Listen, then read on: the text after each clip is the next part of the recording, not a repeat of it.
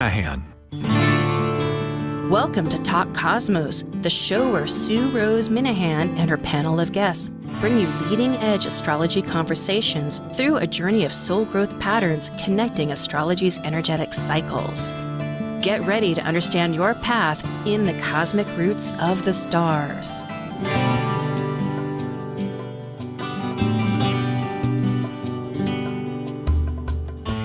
Hello! The gong strikes, and Pluto struck the chord today. It ignites the USA natal position of the forefathers that established the USA Constitution when they wrote, "We the people." So I'm Sue Rose Minahan, host of Talk Cosmos, weekly leading edge conversations, awakening the authentic self to empower soul growth. Today in Kailua Kona, Hawaii is February 20, 2022, and the Talk Cosmos subject involves an exploration of the USA Pluto return and power, addressing the promise of we the people. Power is a huge subject and relates, as we know, to both external and internal realms, but essentially it unites in its purpose and accountability. Talk Cosmos today, I'm so thrilled, brings two astounding astrologers of great insight to forge this conversation. And I'm hoping to continue, as I have not even presented it to both of them, but this is my hope, with a mini series concerning this issue of power to follow up, because there'll be new context involving July 11th and December 28th, when this gong repeats the noise, the sounds, the vibes, the energy, and it prolongs. This is not just one instance. It's been leading up, it's going over, there's talks about that. But for consensus purpose, it is today. It has already happened, as a matter of fact, I think. Yes. No, it's ahead. That's right. Because I have a little dyslexia of time zones. I'm in Hawaii, not on the mainland, but so it'll be in the next, just after the show, the exact. So to introduce these two astrologer giants, I begin and gladly welcome Samuel F. Reynolds, who pronounces himself a former skeptic, but had a life-changing visit to an astrologer, transforming his perspective, and for 30 years since does charts, studies astrology, and contributes amazingly with service on the board of directors for both the International Society for Astrological Research, which is known as ISAR, ISAR, and the International Academy of Astrology, known as IAA. Sam's the co-founder of the International Society of Black Astrologers, the ISBA, and a faculty member of the IAA. He's written multiple articles for print, not Sprint. I have Sprint, but it's print. He's sprinting. And online outlets such as Ebony, Horoscope, Tarot, and North New York Magazine. Sam's a traditional astrology consultant, teaches webinar classes through his own website, Unlock Astrology, and others. And plus, Samuel F. Reynolds is an international conference keynote speaker and lecturer. So I'm also glad to welcome my second giant astrologer, Justin Crockett-Elsey, who's an archetypal astrologer and provides an in-depth transformational astrology numerology consultations involving his focus of merging the context with the spiritual Sabian symbols, Egyptian astrology, and Vedic astrology. Justin's also a spiritualist medium in service to spirit, so to help heal relationships through communicating across the realities, which speaks to part of his life purpose. Justin does individual mediumship readings, conducts seances. Science and seance. I hope they connect in my world. And Justin does classes, tarot, interactive, intuitive webinars, such as East-West Bookshop, which will be on, connect with us on that on March 20th. It'll be quite exciting. and a host of other outlets. Justin's a member of one of the Talk Cosmos monthly panels, the Moonbeam team, where we interpret lunar phase stories for the archetypal period. So I must share that both Justin and Sam have spoken earlier about the Pluto return on Talk Cosmos. Sam was, I think it was September 26th, 2019, very early. It's a podcast. You can find it on the radio or on any podcast app or the stations, 1150 KKNW online podcast, and hear it. And then Justin was just this past December 12th concerning this ever changing conversation. So thank you, Sam and Justin. I'm so glad we're making this adventure all together. Yeah. And so, hey guys, who has the power? Who wants to venture that thought? Let Sam go first if he wants. Okay. Okay. I think where we can start is who doesn't have the power, and I'm not convinced that it's the people. I don't believe the people have the power. I think that is something that has been our hype, the thing that we talk about most as Americans, about who has the power, but I don't think that has actually congealed into consistent fact, and I think that's becoming less and less so. And there are ways in which that's happening and has been happening. And I don't know if we've always been attentive to it. I think one particular way that this happens is that, you know, America has done immensely well since World War II financially. And it's grown in ways that I don't think many current generations can fathom compared to previous generations if we study them. And so we've often traded our sense of safety, or I should say we've traded our freedom and appreciation for our freedom for a sense of safety. I am not just talking about what's happening with COVID or particular views related to that.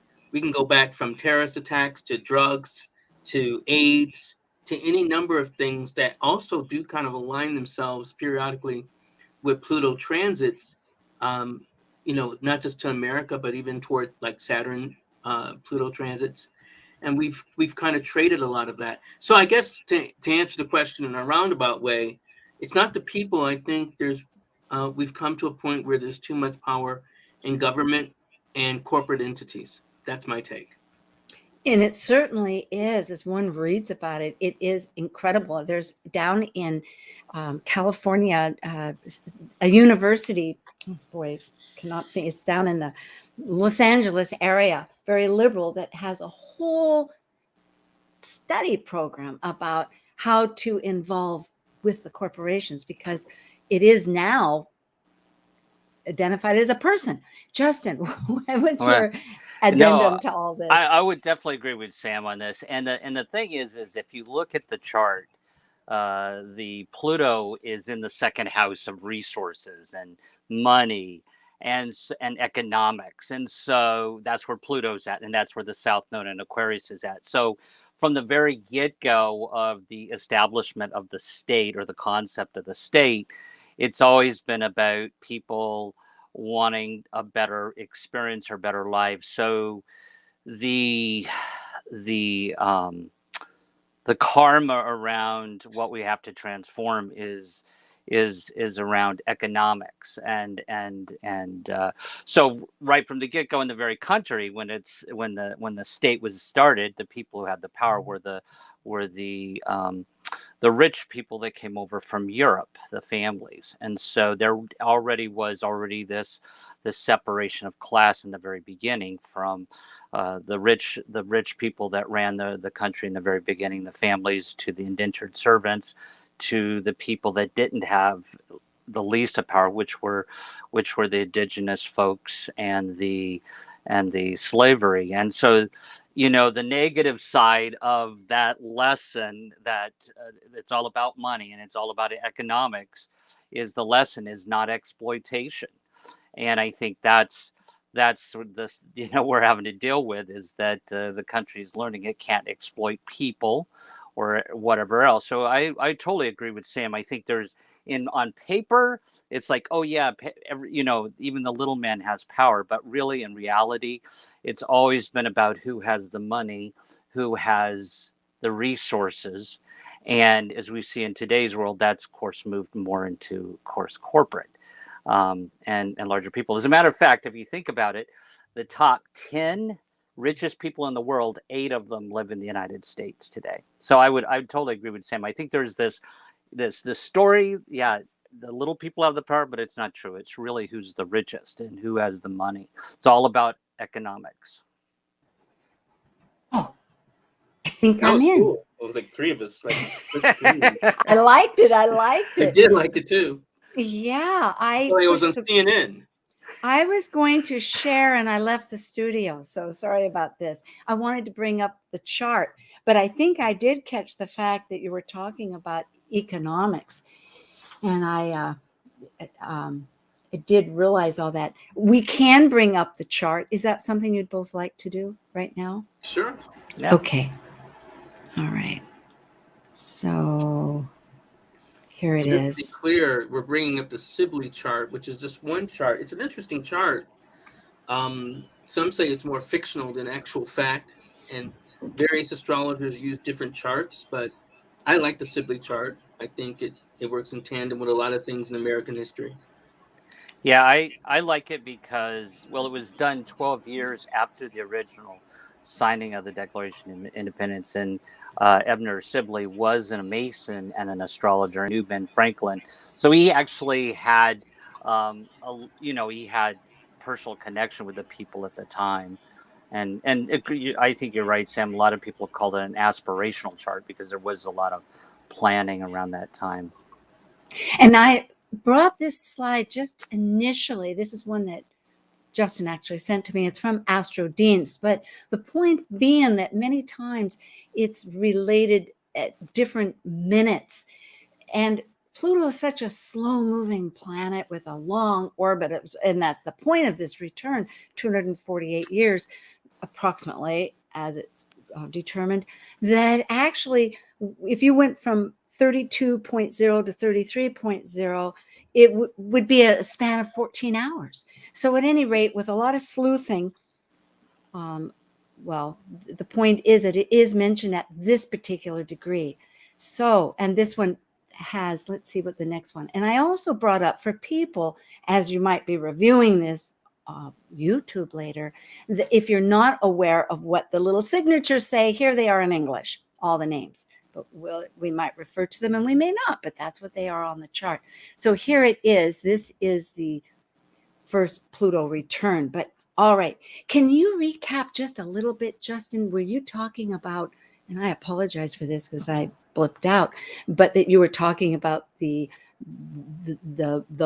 legality that had been declared of making corporations people, and that we are in this financial tug of war, but that it's not all about finances. That's sort of what I caught. Is that correct?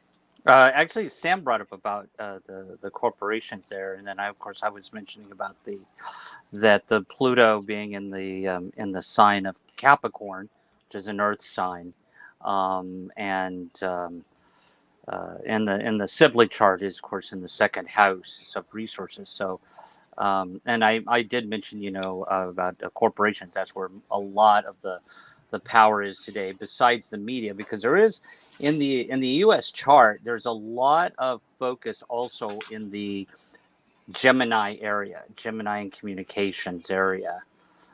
So of course media, and of course you can see why media and the United States has a heavy hand in the world around media.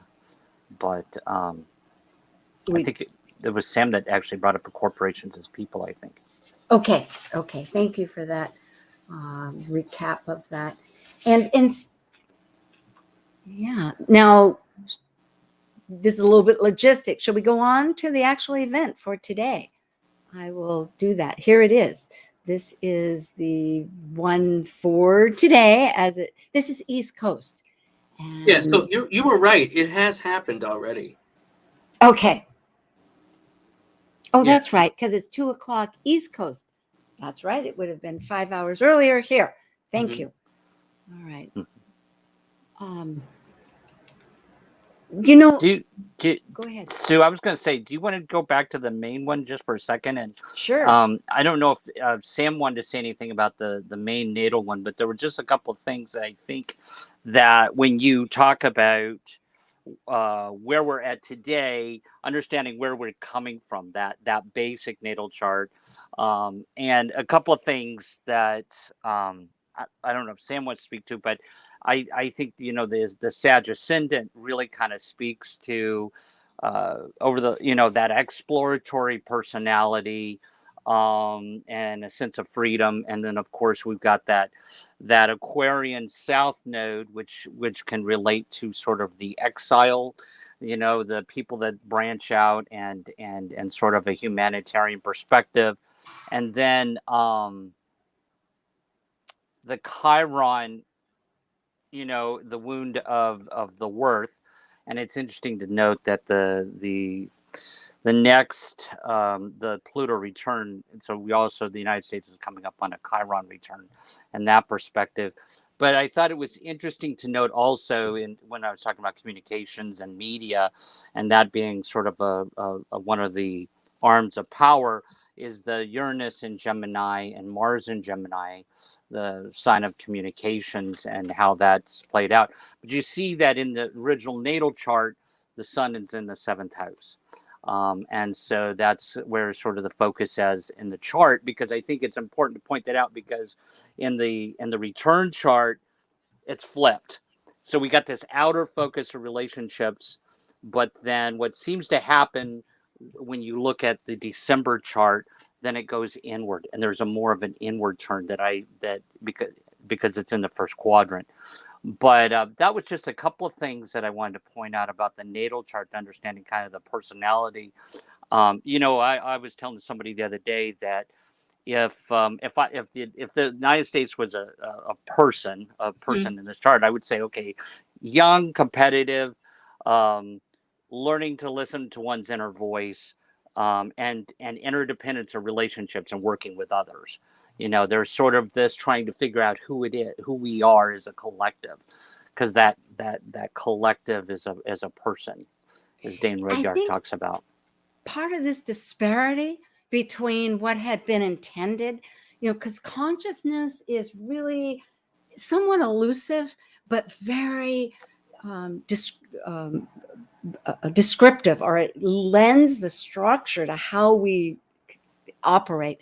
And because there's so much Cancerian, and of course we have shadow and we have the light, and the shadow side is what we can bump around and maybe forget, but at this time Pluto is everything about shadow, and we've got to get down underneath it and go, wait a minute, the tree needs some pruning, or it needs regraphing, or something like this, just on a plant terms, because it can be quite elitist with the Aquarian. If you look at that shadow, which is our moon that rules all our Cancerian energies, which involve, look at that seventh house, our sun, our perspective, our attractions, our motivations, of activity. No, activity, excuse me, is in Gemini. Thank you. So, but that means, who's my family? And, there's so many since 50s, where it's the humanity is my family, but it's not the boundaries. I think that's what Capricorn is trying to do. Well, I think that's a good place to start in terms of understanding the United States. And I liked what you were saying, Justin, about the idea of imagining the U.S. as a person. I would add to that, if we were talking about the U.S. as a person, that this would also be a very idealistic person. An idealistic person, if we were to make like a modern analog to who this might be, this would be an analog to a hippie who becomes a yuppie, right? From the 60s to the 80s, where he's like, you know what? Yeah, I just want money, actually. I think some measure of that has always been embedded, but going back to what you were just saying, Sue, I think that has always been the struggle for this nation. When you read Common Sense by Thomas Paine, one of the things that struck me is that he really does emphasize how commonsensical it is for colonists really to accept the idea that we make this particular continent great, it should be ours. That's the real whole argument. But how he also marginalizes indigenous folks here and black folk. Like that's actually in his text, Mhm. Mm. right? So I think when we were talking about the idea of family and we the people, it really didn't start off including everybody. Mm-mm. And I think that has been a lingering issue, a lingering question in America, because one thing to realize um, is that America is unique among nations from its time. Well, how so? Well, it's a country that, as I think we were talking about before, is composed, like I think we are talking about with New York, but I think it applies to the country, from people from all over and different places. And it's not based on using the German word folk. It's not the idea of a centralized people. And Mm. that is an advantage and a disadvantage. The disadvantage is like, okay, we don't have an idealized folk, but at the same time, we don't have like uh, a strong, stern, clear commitment to this mismatch, this potluck, this, what do we call ourselves? The Melting melting pot. pot of a nation. So I think that's kind of like where we've struggled. It's true. Yeah. It's true.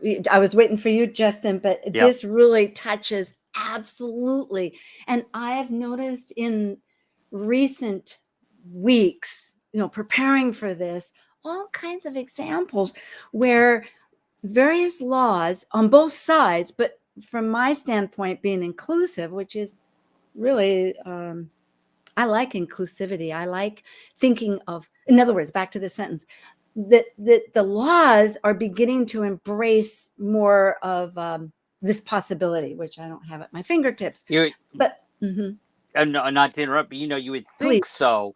But I think that kind of gets back to something that I want to point out, that I think that Sam was right on in the beginning, that we've kind of got this veneer in this country that we're free, that Mm. that everybody's equal and everything else, and we think we're going in that direction. But what happened through this last presidency and this Pluto return, the mirror was shown back on us, and we're like, oh God, we're still this way. We're still we're still racist. We're still got this going on. We're still exploiting people.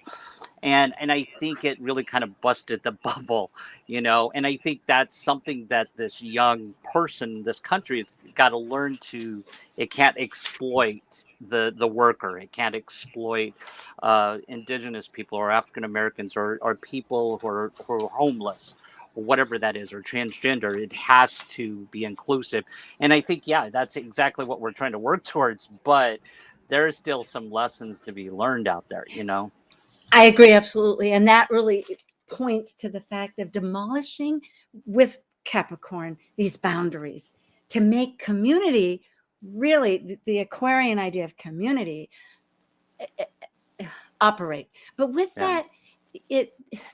that takes a lot of live and let live, getting back to that Sag part, if this is the chart to change your belief systems so that it's okay to have somebody have their ways on all kinds of things. Anyway, that's on the broad spectrum.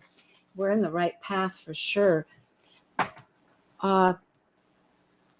Because if we could get to partnerships and collaboration through all kinds of groups, which are beginning to happen. It's not widespread, but there's like little specks, like a petri dish, beginning to happen, I guess.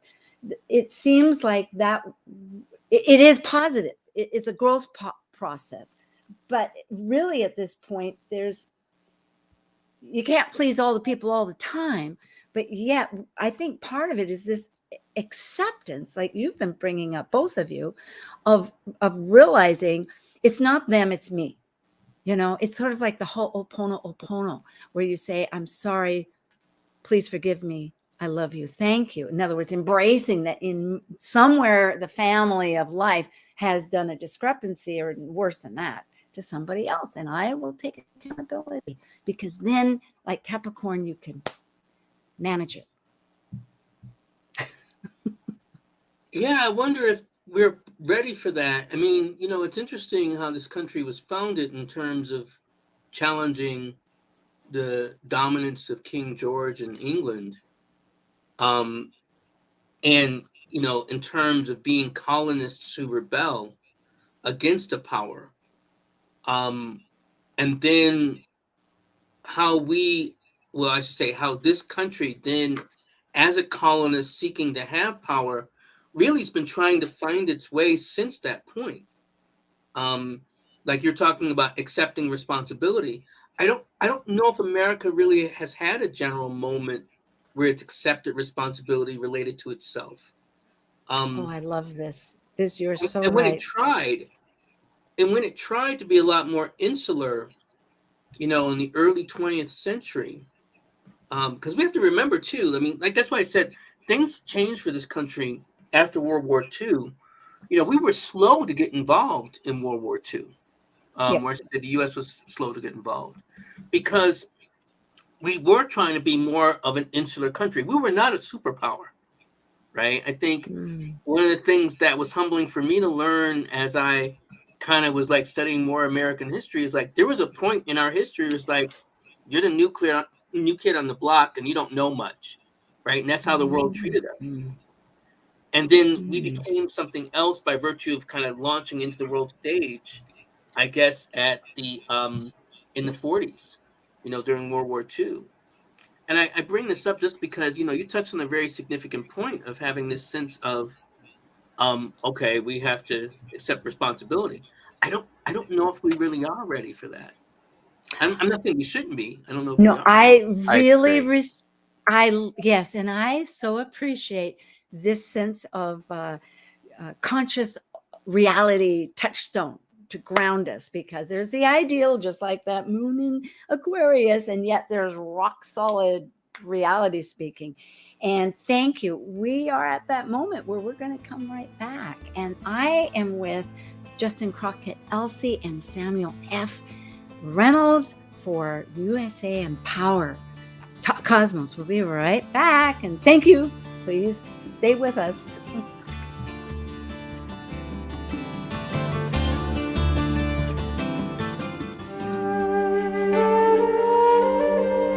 While we take a break from this week's edition of Talk Cosmos, let's take a look at this cycle's archetype. We are currently in the yin period of Pisces, ruled modernly by Neptune and by Jupiter in traditional astrology of the ancients. By leaving a cycle based on the equality of all humans and brilliancy, Pisces concludes the 12 signs to energetically encompass the entirety of the universe, where humans have no control.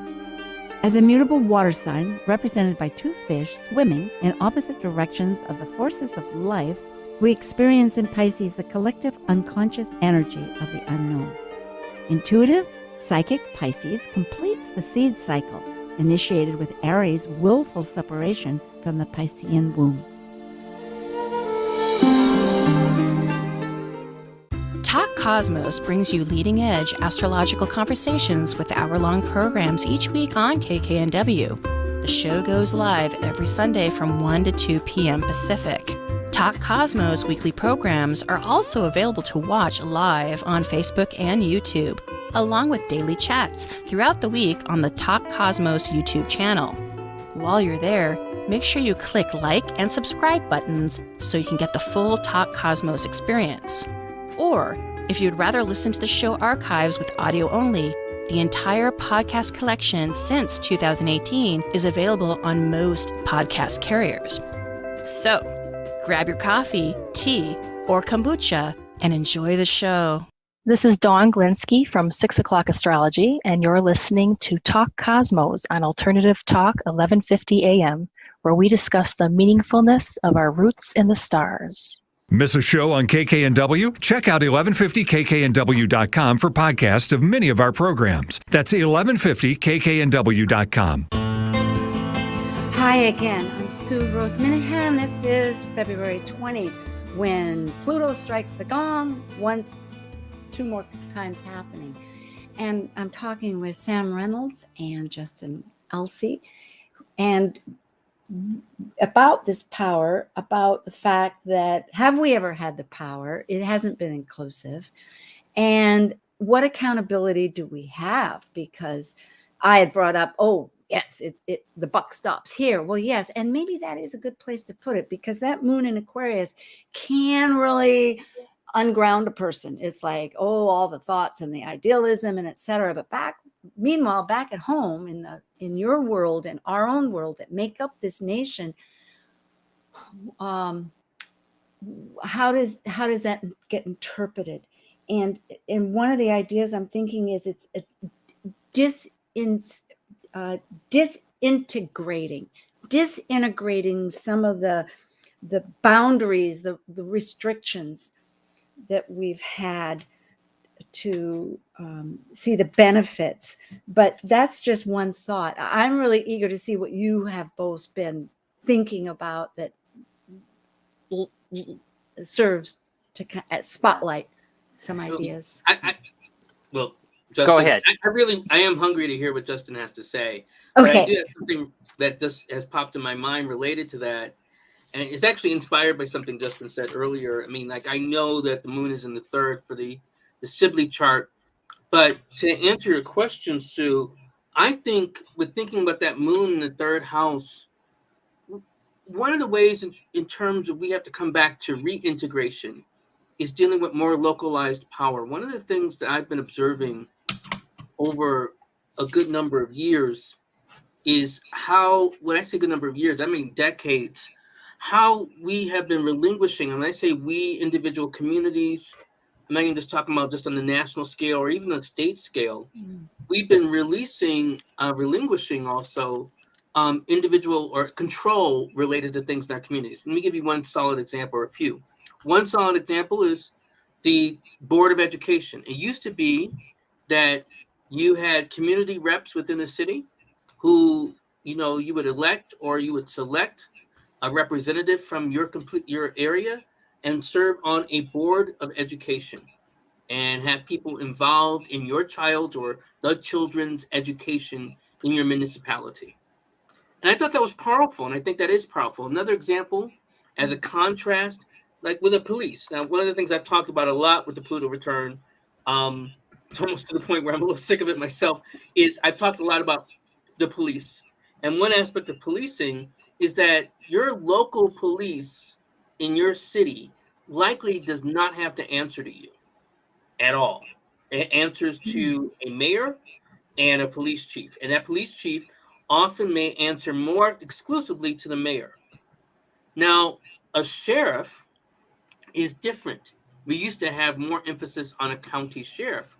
And a sheriff we would elect, right? That comes from a municipality. That comes from people saying, like, yeah, I want that person out. We don't have that dynamic on local forms of government, and we seem to keep relinquishing it more and more. I don't know, out of fear or laziness or whatever. That's my thought. So sorry, Justin. Good. No. I totally agree with you, and I like where you're going with sort of identifying and naming the issue and maybe how to tackle it. And I think kind of as a lead-in back to what we left with before the break is that I remember during this last election, people are like, oh yeah, it's all over now. And I'm like, no, there hasn't been that inflection point yet that says wake up. There's not been that inflection point. And talking about this sort of the isolationism and really it's part of the natal chart where the young child has to go back in and listen to the inner voice. And in the country, that's what happens. It goes through these cycles of outward expansion and then inward isolationism. And and then it has these events that happen that try to wake it up, whether it was the stock market crash, the Vietnam War, Watergate, 9/11, George Floyd. All of these are events that are trying to wake the collective up and helping it understand and ultimately accomplish what it's supposed to. But I think to where Sam's going, I think part of the solution that so the country actually fulfills its what it's supposed to as far as what the chart is saying is I think that this movement to empower economically disadvantaged populations is key because and that's getting more Hispanics and African Americans and the homeless and people into the economic system to where they have economic power because that's back to the natal chart, which is it's always been about who holds the wealth or who has the money, and we could see that today. Money drives the law, the politics, even the police in the country. It's who has power. And so I think economics is one of the key pillars to and empowering um, the working class economically is really the key. It has to happen, and because And if it doesn't, it's going to continue to be this model of the 1%, and it'll always be. It's still we still have that same model from the beginning of the United States. The rich have really the power and the wealth. It hasn't really changed. actually, thinking of Pluto as we are working with it, and it is in the second house, and I was going to pull up the slides, but and it's in Capricorn, is yes, it does register back to that factor that can provide housing, food, the basics of community, I mean, of life, that Cancer inner outer individuality we have that we also can't ignore. That's so true. And I think what I was thinking is um, the, the, the employee, interestingly, right now, as a group, employees are, of course, they're with the big corporations. We're going to have this kind of tout and power that they're beginning to say, nah, I'm going to somewhat like a union. In fact, I think there's more talk about unions again. I was just being told of however that goes. But that's just one level, one organizational level, because I think the other is really this networking and collaboration from grassroots people to help expand potential ideas. Like, let's say new ways of farming with hydroponics, that could maybe recycle water for mushrooms, for instance. Mushrooms are actually very good. Anyway, I'm just throwing out a little support, saying yes, it has somewhat to do with this. And I think that taps into another element of the American psyche. And I was thinking about the Mars, and Justin, I definitely want to hear more. I don't deal with centaurs or the asteroids, so I would love to hear more what they have to say related to these things, because I know we included them in some charts. So I know that you can speak more on that than I ever could. But one other thing I was going to say about the American psychology is that we're a rugged nation. I mean, like in terms of a nation of pioneers, settlers, even as enslaved folks who were free, it's kind of making do. So we have to decide: are we fully this Cancerian taking care of each other nation, as we even stipulate, or are we this rugged individual? Well, you're on your own.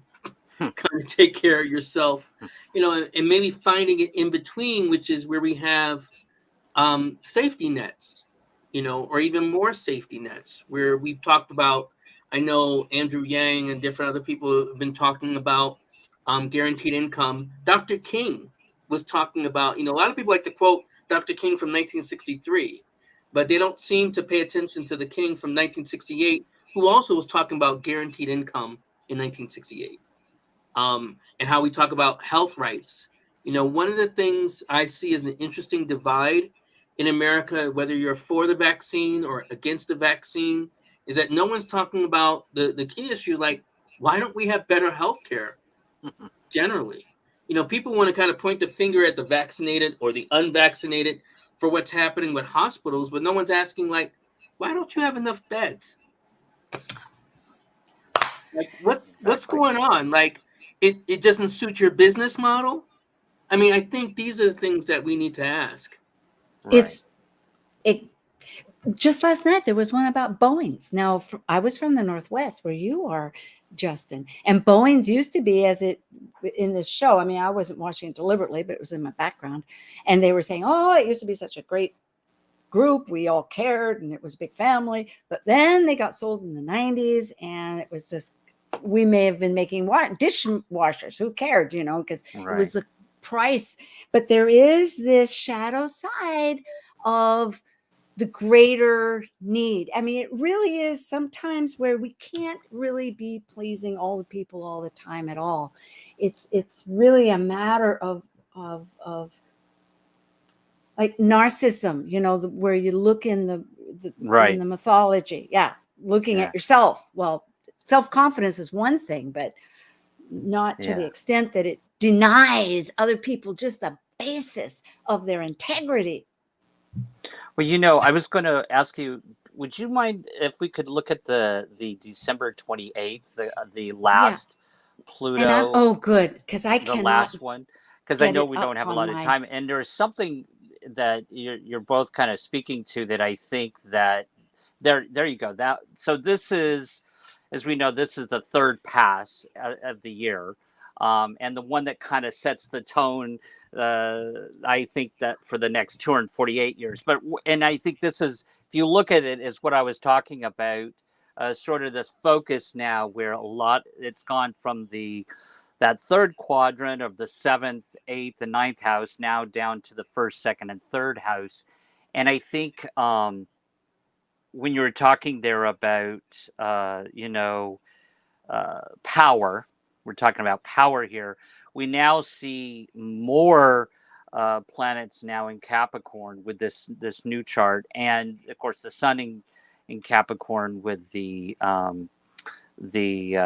chart going forward, and Hygeia there. And so Sam talking about asteroids, it's the one that's right above the sun there.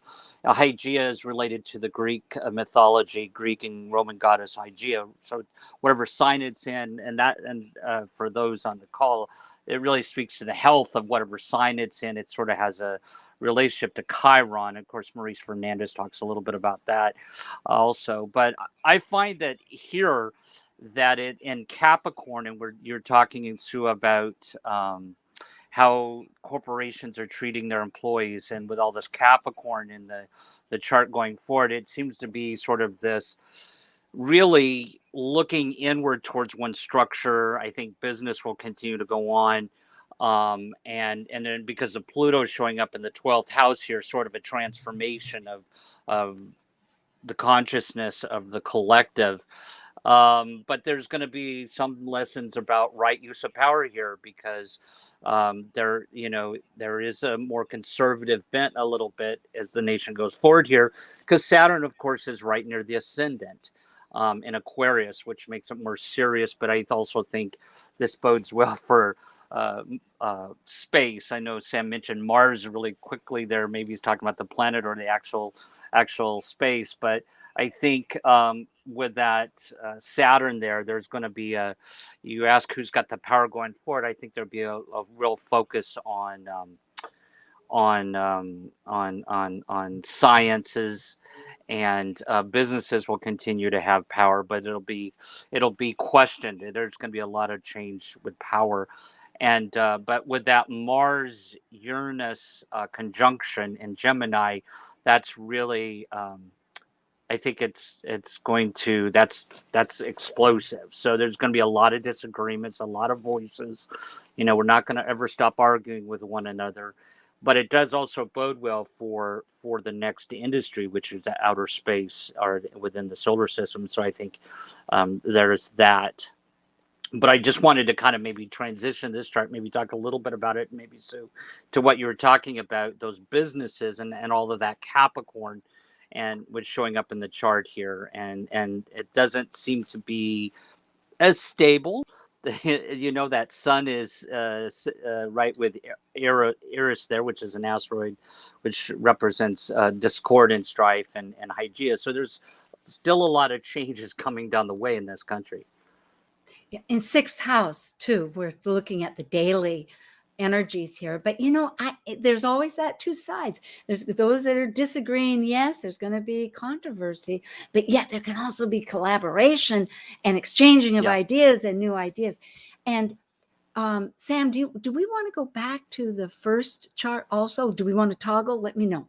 Anyway, go ahead. Well, I'm actually curious about the second one, the July 11th one. Okay, let's go. That seems a pretty highly charged chart. I mean, I agree with Justin and what we're talking about. That's December 28th. The 11th. We were just there. I think. Okay.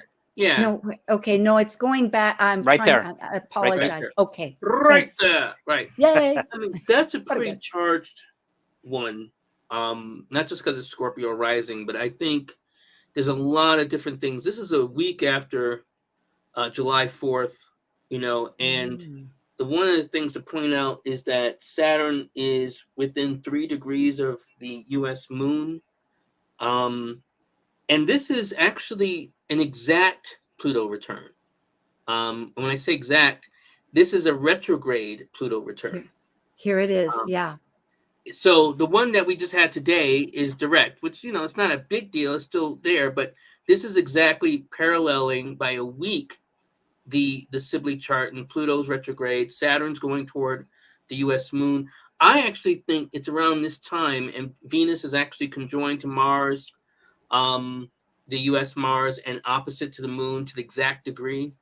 I think this may be like some kind of issue related to the people, where people may be in the streets for whatever reason, needing to be heard, and how we configure or relate to, you know, corporations, these other things that we're talking about, or just the involvement in government. You know, again, we kind of, one of the sad things during the Trump years is that we really got used to clowning each other, you know, and I participated in it. I'm not going to be a hypocrite and say like, oh, you know, like, well, you know, those people did. I did it. This is true. This is true.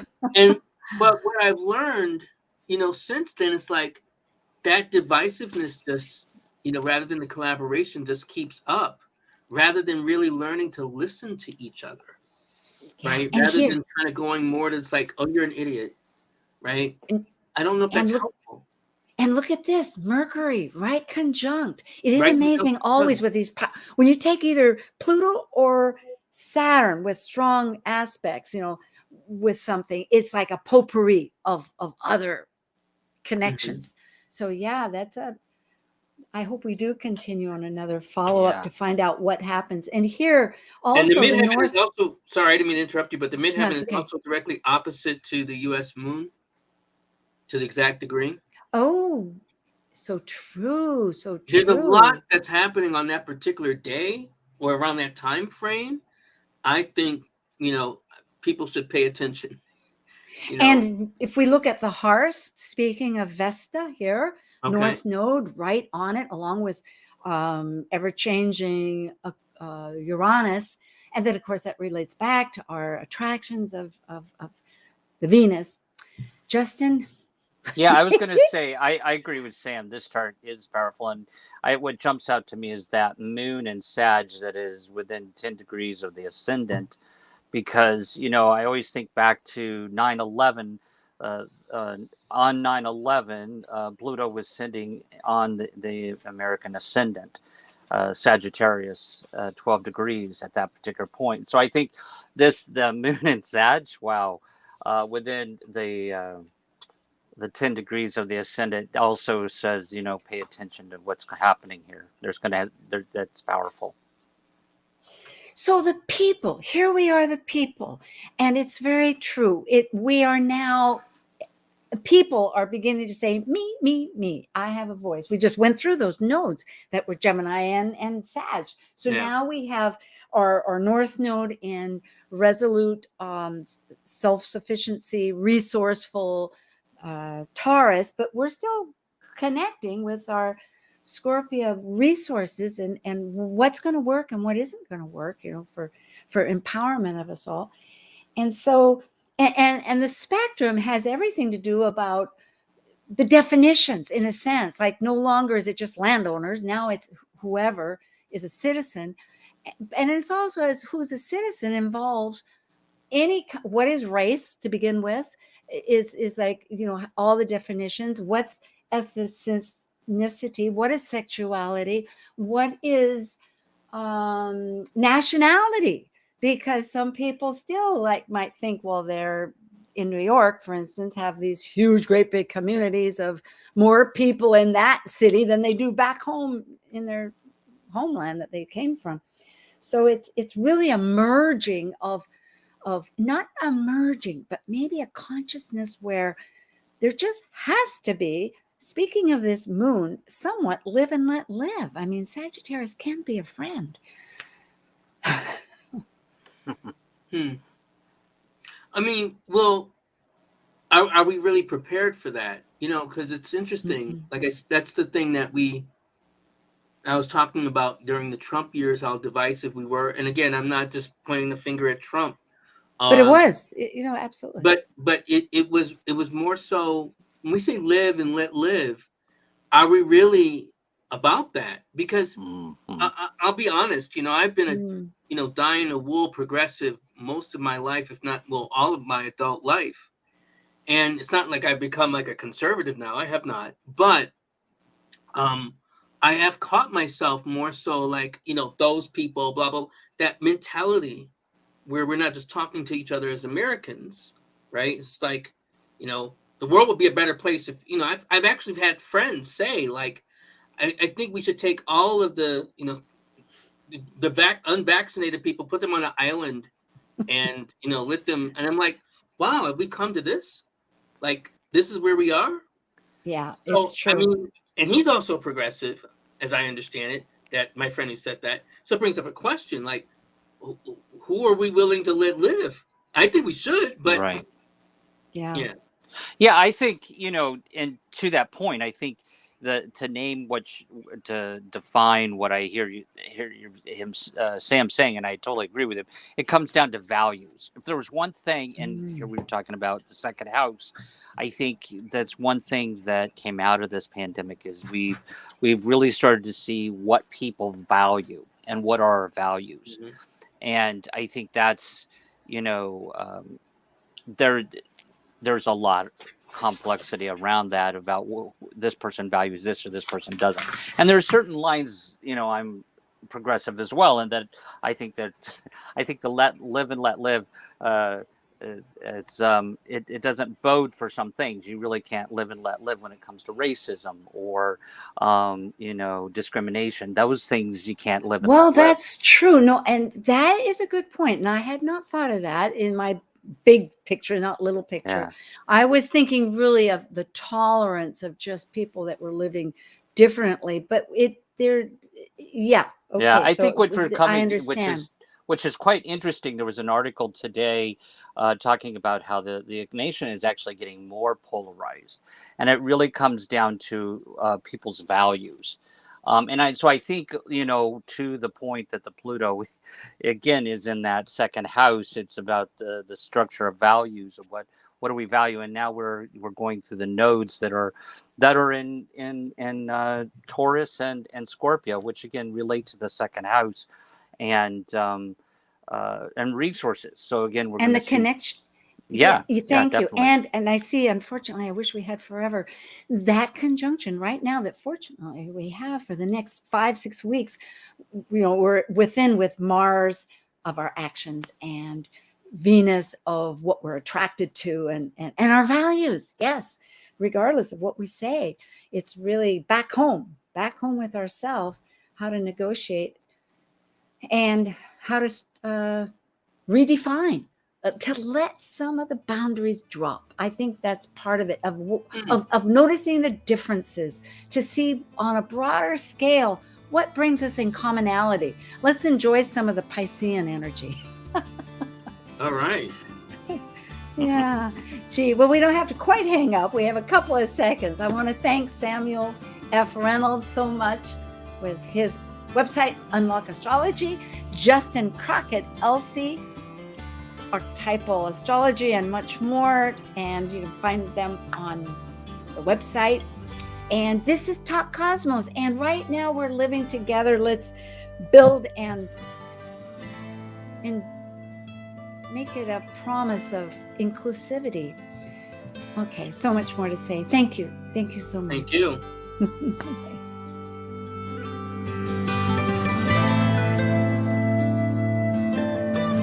Thank you for joining us on Talk Cosmos, the show where Sue Rose Minahan and her panel of guests connect soul growth patterns with the energetic cycles of astrology.